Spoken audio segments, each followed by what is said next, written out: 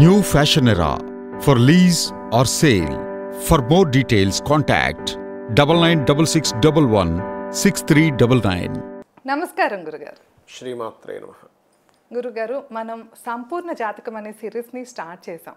So మేషరాశి అయిపోయింది, అలానే వృషభ రాశి, నెక్స్ట్ మిథున రాశి, కర్కటక రాశి కూడా అవజేసాం. సో ఈ వీడియోస్ కనుక మీరు చూడకపోతే కింద డిస్క్రిప్షన్లో లింక్ ఇస్తాము, తప్పకుండా చెక్ చేయండి. ఇప్పుడు ఈ వీడియోలో వచ్చేసి సింహరాశి గురించి మాట్లాడుకుందాం గురుగారు. వారి గుణగణాలు ఎలా ఉంటాయి, వారికి కలిసి వచ్చే దిక్కు కానీ రత్నం, అలానే వాళ్ళకి ఏ ప్రొఫెషన్ ముఖ్యంగా ఇప్పుడు కావాల్సింది ఏంటంటే ఆదాయం అనేది ఎలా ఉంటుంది అని ప్రతి ఒక్కరికి ఉంటుంది కదా. కాకపోతే ఒక్కొక్క ప్రొఫెషన్ సూట్ అవ్వక కూడా చాలా మంది నష్టపోతూ ఉంటారు. సో ముఖ్యంగా వాళ్ళకి ఏ ప్రొఫెషన్ సూట్ అవుతుంది, ఈ విషయాలన్నీ కూడా మాకు క్లియర్గా చెప్పండి గురుగారు. అయితే ముందుగా ఇది ప్రారంభించే ముందు అమ్మవారిని ఒకసారి చేసుకొని తప్పకుండా. అరుణాం కరుణాతరంగితాక్షీం ధృతపాశాంకుశ పుష్పబాణ చాపాం అనిమాదిభిరావృతాం మయూకై అహమిత్యేవ విభావయే భవానీం. శ్రీమాత్రే నమః. ఈ విషయాలు చెప్తుంది నేనైనప్పటికీ కూడా చెప్పిస్తుంది సాక్షాత్ లలిత అమ్మవారిగా భావిస్తూ ఒక్కొక్కటి మనం చూసుకుంటే రాశి లగ్నం వేరువేరండి. రాశిలో ఏదైనా ఒక జన్మజాతకాన్ని మనం పరిశీలన చేసేటప్పుడు లగ్నం నుంచే పరిశీలన చేయాలి. రాశి అనేటువంటి జస్ట్ ఈ గోచారము ఇవి చూసుకోవడానికి కానీ లగ్నమే ఎక్కువగా పనిచేస్తుంది. ఎందుకు ఎక్కువగా పనిచేస్తుంది అంటే రాశి 2.5 రోజులు ఉంటుంది. ఆ 2.5 రోజులు పుట్టిన వాళ్ళందరూ ఒకలాగే ఉంటారు కదా. లగ్నం 2 గంటలకు ఒకసారి మారిపోతుంటుంది. ఇంచుమించుగా అంటే ఒక 1 గంట 56 నిమిషాల నుంచి 2 గంటల 3 నిమిషాలు 6 నిమిషాల మధ్యలో మారిపోతూ ఉంటుంది. సో రఫ్గా 2 అవర్స్. అందుకే ఎగ్జాక్ట్ టైం బట్టి చెప్తూ ఉంటారు. టైం కావాలంటాం, ఎందుకంటే అదే రోజు పుడతారు. 12 లగ్నాల్లో 12 మంది పుడితే 12 మంది రకరకాలుగా ఉంటారు. ట్విన్స్ కానీ ఒకే లగ్నంలో పుట్టిన వాళ్ళిద్దరు వేరువేరుగా ఉంటారు, ఎందుకంటే అక్కడ మారిపోతుంది మళ్ళీ అలా. అది వర్గ చక్రాల్లోకి వెళ్తాం. అయితే సింహలగ్నం మనం ఈరోజు తీసుకుంటున్నాం. సహజంగా సింహ రాశిలో ఉండే నక్షత్రాలు ఏమిటి అని చెప్పి చూసుకుంటే పుబ్బ 4 పాదాలు ఉంటాయి. పుబ్బ నక్షత్రము మకా నక్షత్రం ముందుగా ఉంటుంది. మకా పుబ్బ ఉత్తర 1వ పాదం ఉంటుంది. అయితే మకా నక్షత్ర జాతకులు సింహరాశిలో పుట్టినటువంటి వారికి కొంచెం స్పిరిచువల్ తత్వం ఎక్కువగా ఉంటుంది. మకా తర్వాత వచ్చేటువంటి పుబ్బా నక్షత్రంలో పుట్టేటువంటి వారికి పర్టికులర్ వారికి కొంచెం ఆర్టిస్టిక్ నేచర్స్ ఎక్కువగా ఉంటాయి.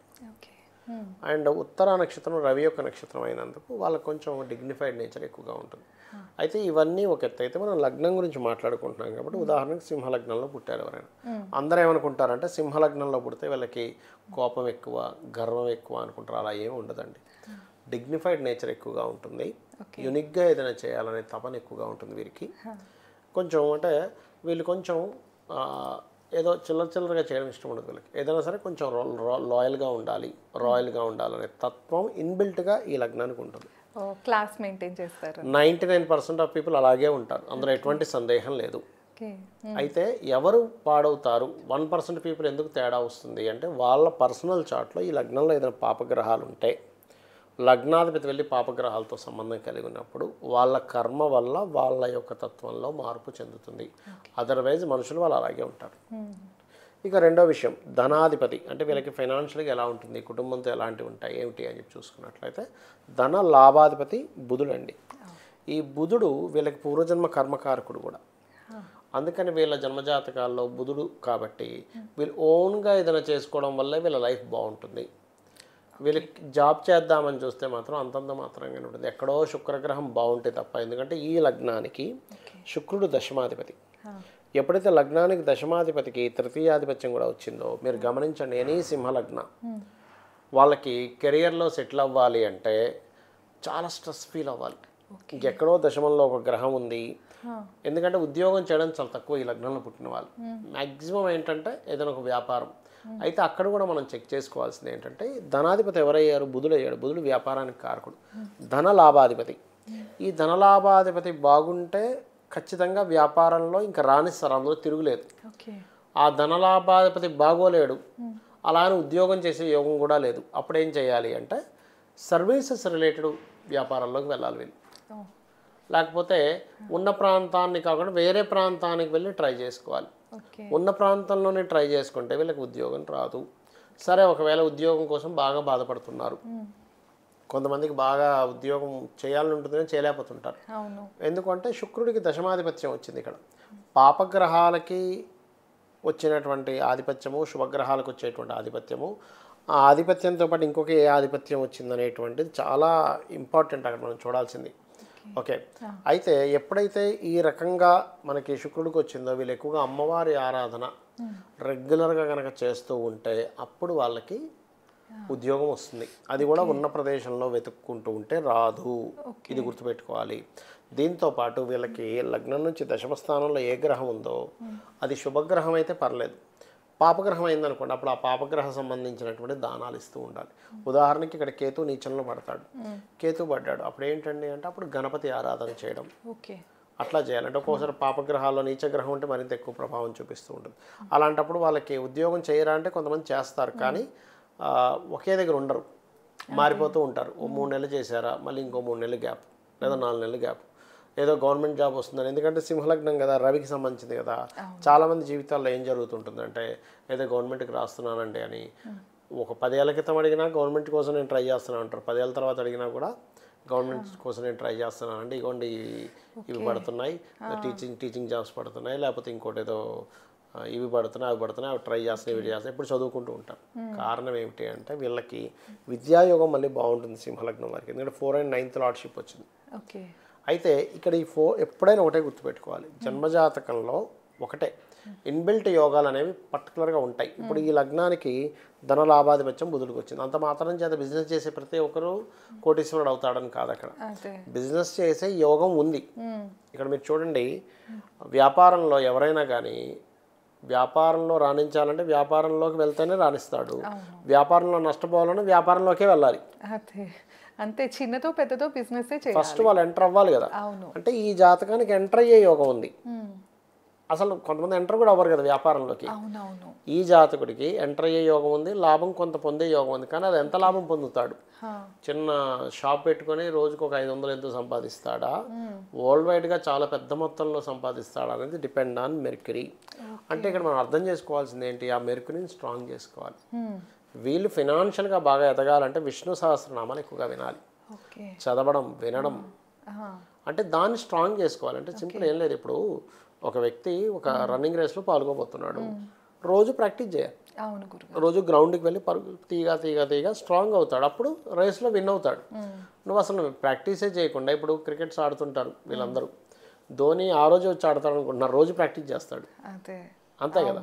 అలాగే మనకి అంటే ఈ సింహలగ్నం వాళ్ళకి ఫినాన్షియల్గా వ్యాపారంలో రాణించాలన్నా సహజంగా ఫినాన్షియల్గా రాణించాలన్నా వీళ్ళు చేయవలసింది ఏమిటి అంటే బుధుడిని గట్టిగా పట్టుకోవాలి.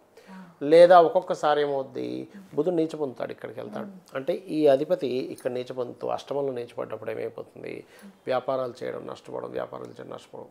ఇంకేదైనా జాబ్ చేసుకోవచ్చు కదండి, నేను పెద్దగా చదువుకోలేదండి నాకేం జాబ్ ఇస్తారు. కొంతమందికి ఎలా ఉంటుందంటే చాలా తక్కువ చదువుకుంటారు, వెళ్ళి జాబ్ చేద్దామంటే 10,000 15,000 కంటే ఎక్కువ రావు. ఎడ్యుకేషన్ బట్టి జాబ్ ఉంటుంది, లేదా మార్కెటింగ్ రంగాల్లో అయితే అది వేరు. మళ్ళీ ఇప్పుడు రియల్ ఎస్టేట్ రంగాలు ఉన్నాయి, అలాంటప్పుడు వేరు.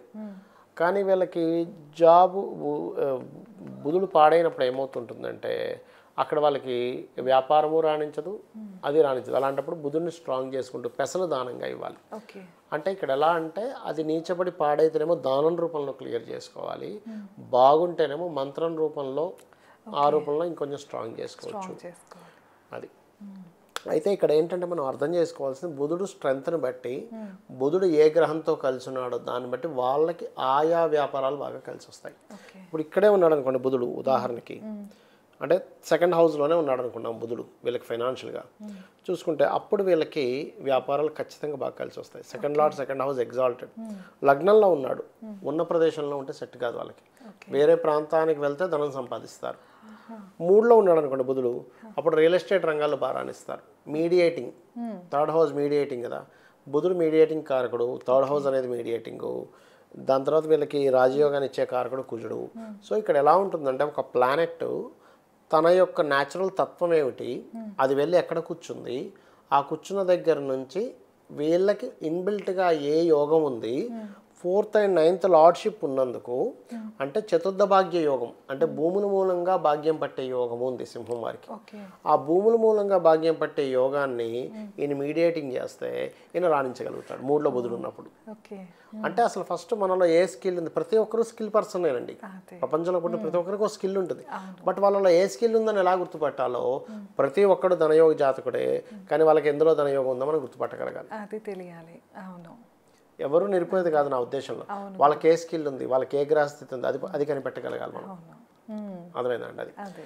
అట్లాగే వీళ్ళకి ఎప్పుడు కూడా ఈ ఎగ్జాంపుల్ 3 చెప్పాం, ఇక 4 అనుకోండి, ఇది కూడా రియల్ ఎస్టేట్ పనికి వస్తుంది. ఒకవేళ 5లో ఉన్నాడు అనుకోండి ఉదాహరణకి, వీళ్ళు టీచింగ్ లైన్స్, ఎందుకంటే గురు రాశి కదా, టీచింగ్ లైన్లో బాగా పనికి వస్తుంది వీళ్ళకి.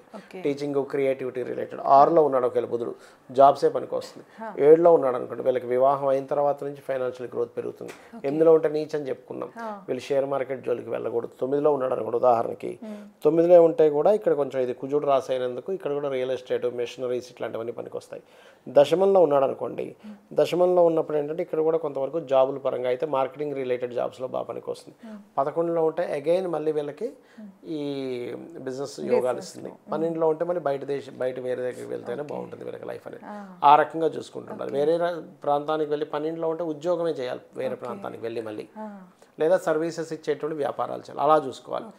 వీళ్ళకి సహజంగానే కొంతవరకు ఎప్పుడు ఏదో చదివే యోగం ఉంటుంది వీళ్ళకి. కుజుడు ఇవైనందుకు, కుజుడు రాసలేందుకు 4 and 9th లార్డ్షిప్.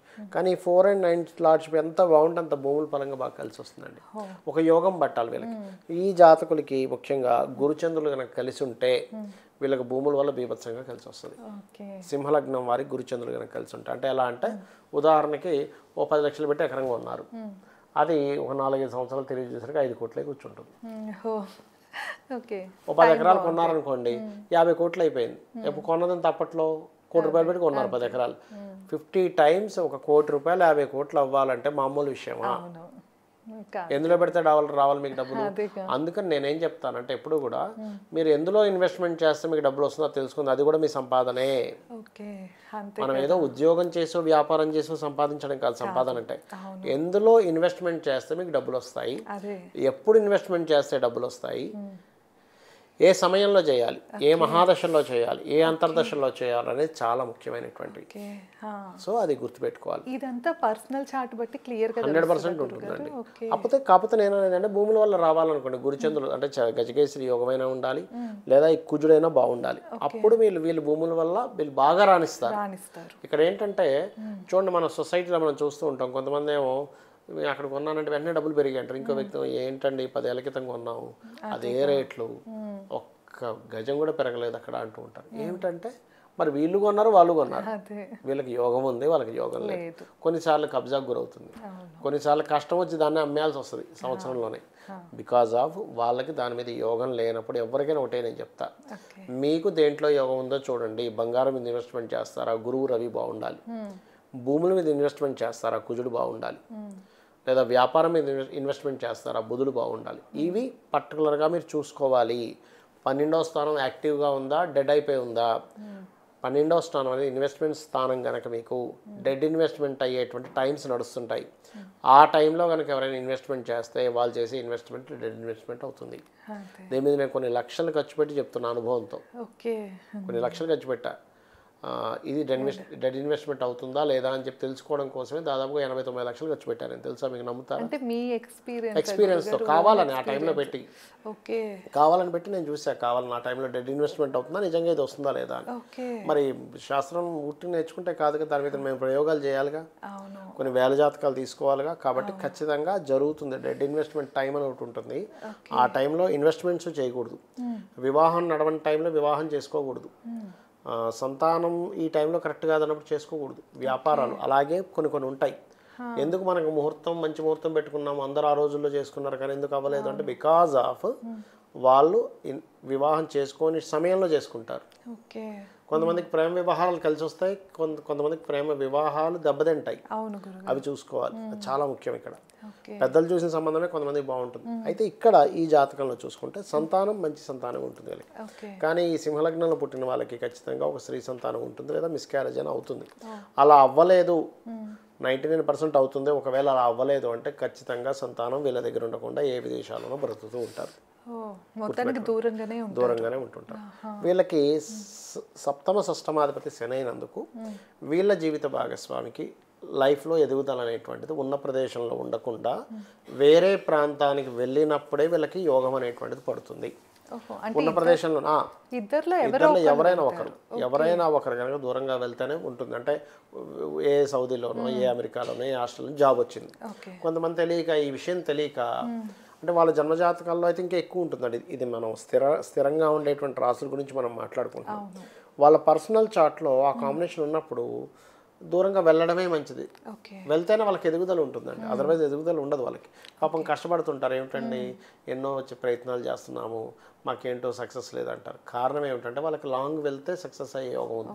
నేను చాలా జాతకాలు చూసే ఇలాంటివి. అబ్రాడ్కి వెళ్ళి వచ్చిన తర్వాత వాళ్ళ లైఫ్ బాగుండడం, చక్కగా కొన్ని కోట్ల రూపాయలు సంపాదించుకోవడం,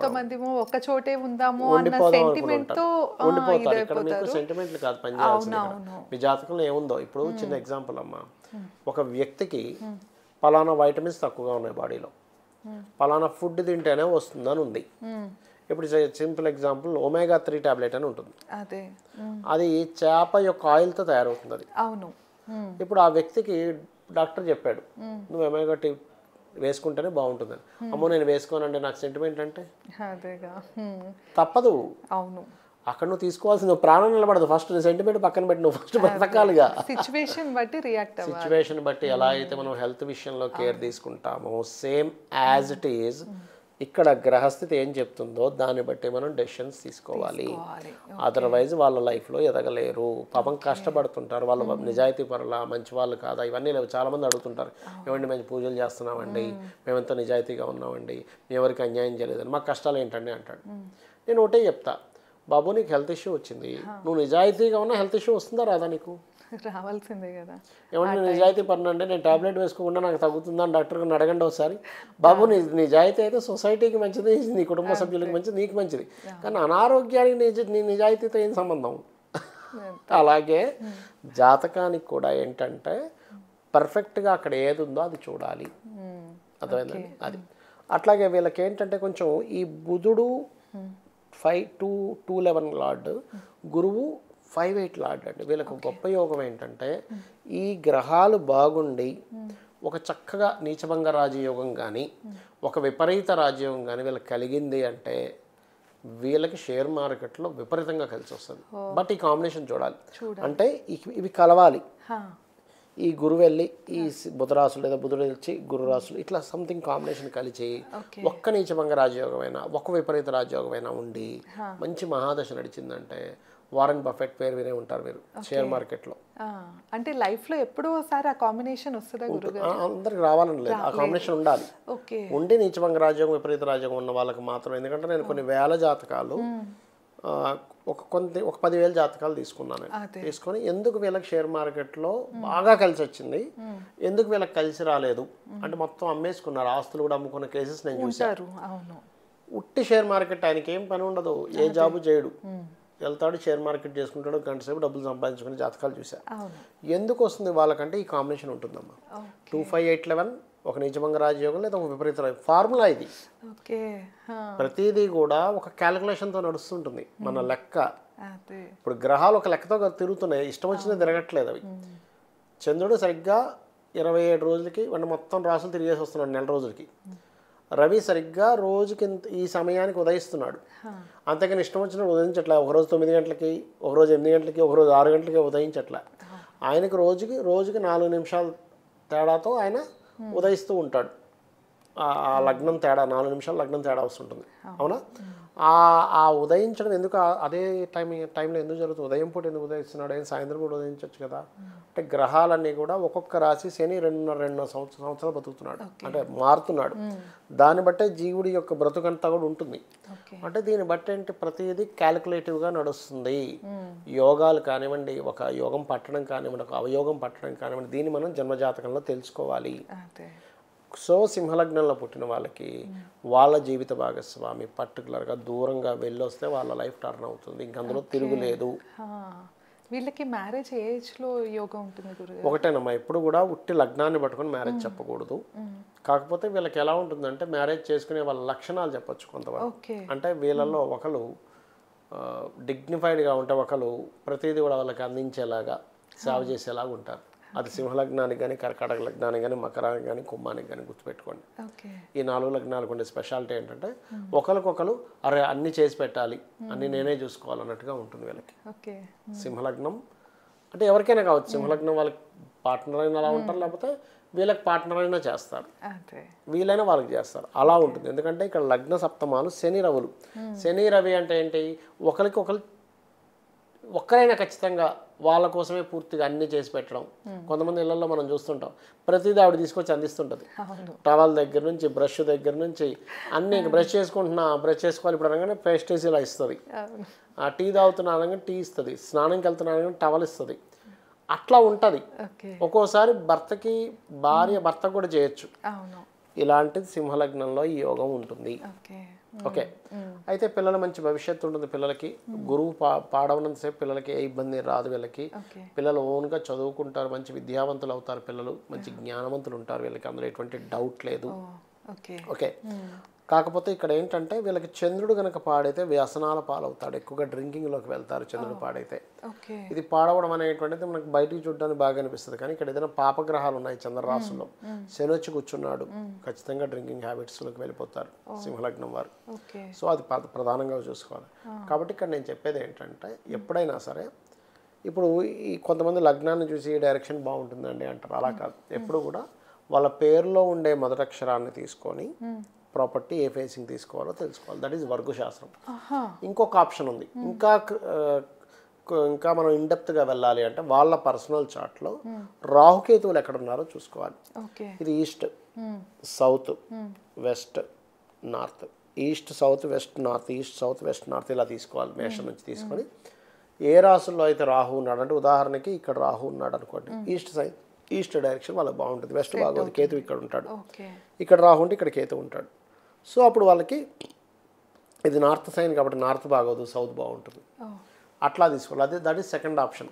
బట్ ఫస్ట్ ఆప్షన్ పేరు ప్లస్ ఇది రెండు కలుపుకుంటే వాళ్ళకి బాగుంటుంది. సింహలగ్నం వాళ్ళకి సహజంగానే భూయోగాలు బాగుంటాయి కాబట్టి, ఎందుకంటే భూతత్వం ధనరాశి అయింది వీళ్ళకి. మనకి అగ్ని, భూ, వాయు, జల అంటారు. అలా భూతత్వం ధనరాశి ఎప్పుడైతే అయిందో, ఈ భూతత్వం ధనరాశి అయినందుకు పర్టికులర్గా ఇటువంటి ఫలితాలు అనేవి జరుగుతూ ఉంటాయి. అంటే గృహయోగం ఖచ్చితంగా ఉంటుంది. కాకపోతే ఇక్కడ మనం అది ఎంత బలంగా ఉంది. ఇప్పుడు గృహయోగం అనేటువంటిది డూప్లెక్స్, ట్రిప్లెక్స్, మ్యాన్షన్ హౌస్ అంటే చాలా పెద్ద పెద్ద విల్లాస్ లాంటివి ఉంటాయి, మ్యాన్షన్స్ పెద్ద పెద్ద ఉంటాయి. కానీ మనం ఇక్కడ అలా పెద్ద దాంట్లో ఉంటారు, ఏదో సింగిల్ బెడ్రూమ్లో ఉంటారంటే ఇట్స్ డిపెండ్ ఆన్ మార్స్. గృహయోగం ఖచ్చితంగా ఉంది, కానీ అది ఎంతవరకు ఉందనేది తెలుసుకోవాలి. సో వీళ్ళు ఎక్కువగా దత్తాత్రేయుడిని ఆరాధించడం, ఈ గురువెల్లి ఎక్కడ ఏ రాశిలో ఉంటే ఆ రాశి అధిపతిని కూడా ఆరాధించడం చాలా మంచిది. దక్షిణామూర్తి, దత్తాత్రేయుడు, అమ్మవారి ఆరాధన ఎక్కువగా. వీళ్ళు కనుక కెరియర్లో సెటిల్ అవ్వలేకపోతున్నారు అనుకోండి, ఎంత వీళ్ళు అమ్మవారి ఆరాధన చేస్తే అంత బాగా సెటిల్ అవుతారు కెరియర్ పరంగా. వీళ్ళ ఫ్యామిలీ గురించి గురుగారు, అంటే వీళ్ళ సిబ్లింగ్స్ కానీ లేకపోతే అమ్మా నాన్న ఫ్యామిలీతో రిలేషన్స్ బాగుంటాయండి. బుధుడు పాడవనంతసేపు ఎప్పుడు ఏదో కమ్యూనికేషన్స్లో ఉంటారు, బికాజ్ ఆఫ్ బుధుడు అవుతాడు కాబట్టి. ఫ్యామిలీ బిజినెస్లు కూడా చేస్తారు. వీళ్ళ ఫ్యామిలీ వాళ్ళు ఎవరో ఒకరు వీళ్ళకి బిజినెస్కి సపోర్టివ్గా కూడా ఉంటుంటారు, బికాజ్ ఆఫ్ సెకండ్ హౌస్లో బుధుడు ఉన్నాడు, సెకండ్ లార్డ్ కదా. కాకపోతే ఇక్కడ మనం ఫ్యామిలీతో బిజినెస్ చేయొచ్చా చేయకూడదు అనేటువంటిది బుధుడిని క్లీన్గా పరిశీలన చేయాలి. బుధుడు బాగాలేడు, ఫ్యామిలీ మెంబర్స్ని కలుపుకోకూడదు. బుధుడు బాగున్నాడు, ఫ్యామిలీ మెంబర్స్ వల్లే వీళ్ళు బాగుపడతారు. ఇట్స్ డిపెండ్ ఆన్ మీకు ఎలా ఉంది. ఇప్పుడు చూడండి అమ్మా, ఒక్కొక్క ఇళ్లలో ఒక్కొక్క రకంగా ఉంటుంది. మీ ఇంట్లో మీ ఫ్యామిలీతో ఒక రకంగా ఉంటుంది, ఆవిడకో ఫ్యామిలీ, ఆ కెమెరా అతనితో ఒక రకంగా ఉంటుంది, నాకు ఒక రకంగా ఉంటుంది. ఫ్యామిలీ అంటే ఒక రకంగా ఉండాలంటూ లేదు, వాళ్ళ ఇంట్లో వాళ్ళ సభ్యుల్ని బట్టి ఎలా అయితే ఉంటుందో వాళ్ళ యొక్క గ్రహాల తత్వాలను బట్టి వాళ్ళకి అలా ఉంటుంది. గురుగారు, అంటే అలా ఫాదర్ మదర్ గురించి ఏమైనా తెలుస్తుందా గురుగారు? ఏం లేదమ్మా, ఫాదర్ మదర్ కొంచెం స్ట్రాంగ్ పర్సన్సే ఉంటారు. వీళ్ళు ఇద్దరు ఒకటిగా ఉండే ఛాన్సెస్ ఎక్కువ ఉంటుంది. కొంచెం చిన్న చిన్న తేడాలు ఉన్నా కూడా కొంచెం మొండిగా, కొంచెం స్ట్రైట్ ఫార్వర్డ్ నేచర్ ఉంటారు. ఎందుకంటే కుజుడు అవుతాడు కాబట్టి 4 and 9th లాడ్. కాకపోతే ఈ కుజుడు ముక్కుసూడితనానికి, ఖచ్చితంగా ఉండే తత్వానికి కారకుడు అవుతాడు. సహజంగా ఖచ్చితత్వం వస్తుంది ఫాదర్కి మదర్కి. కాకపోతే అందులో పర్టికులర్గా ఎంత బాగుపడితే ఫాదర్ మదర్ లైఫ్స్ అంత బాగుంటాయి. కుజుడు ఎంత వీక్ అవుతూ ఉంటే అప్పుడు కొంచెం మళ్ళీ దానిలో తేడా వస్తుంది. అంటే 9th లార్డ్షిప్ ఇంకోళ్ళు తీసుకుంటారు కుజుడితో పాటు పర్సనల్ చార్ట్లో. 4th లార్డ్షిప్ ఇంకోళ్ళు తీసుకుంటారు. 4th లార్డ్షిప్ తీసుకున్న గ్రహం ఇంకా బలంగా ఉందనుకోండి, మదర్ స్ట్రాంగ్ అవుద్ది ఆ ఇంట్లో. 9th లార్డ్షిప్ తీసుకున్నటువంటి గ్రహం ఇంకా స్ట్రాంగ్ అయింది అనుకోండి, ఫాదర్ స్ట్రాంగ్ ఉంటారు. కొన్ని ఇళ్లలో చూడండి మదర్ స్ట్రాంగ్, ఆవిడ ఏం చెప్తే అదే. కొన్ని ఇళ్లలో ఫాదర్ ఏం చెప్తే అది ఫైనల్. ఇద్దరికి కుజుడే, మళ్ళీ ఈ లగ్నానికి 2 కుజుడే అవుతాడు. కానీ వాళ్ళ పోర్ట్ఫోలియోస్ మార్చేసుకుంటాయి గ్రహాలన్నీ కూడా. వీళ్ళకి పూర్వజన్మ కర్మ ఫలితం అలా ఏమైనా ఉంటుందా? ప్రతి ఒక్కరికి పూర్వజన్మ కర్మ ఫలితం లేకుండా అసలు జీవం భూమి మీద పుట్టదు. అది చీమ దగ్గర నుంచి, అవును, పిపీలాది అంటారు చూసారు, అంటే చిన్న చీమ దగ్గర నుంచి డైనోసార్ వరకు కూడా ప్రతిదీ పూర్వజన్మ కర్మే.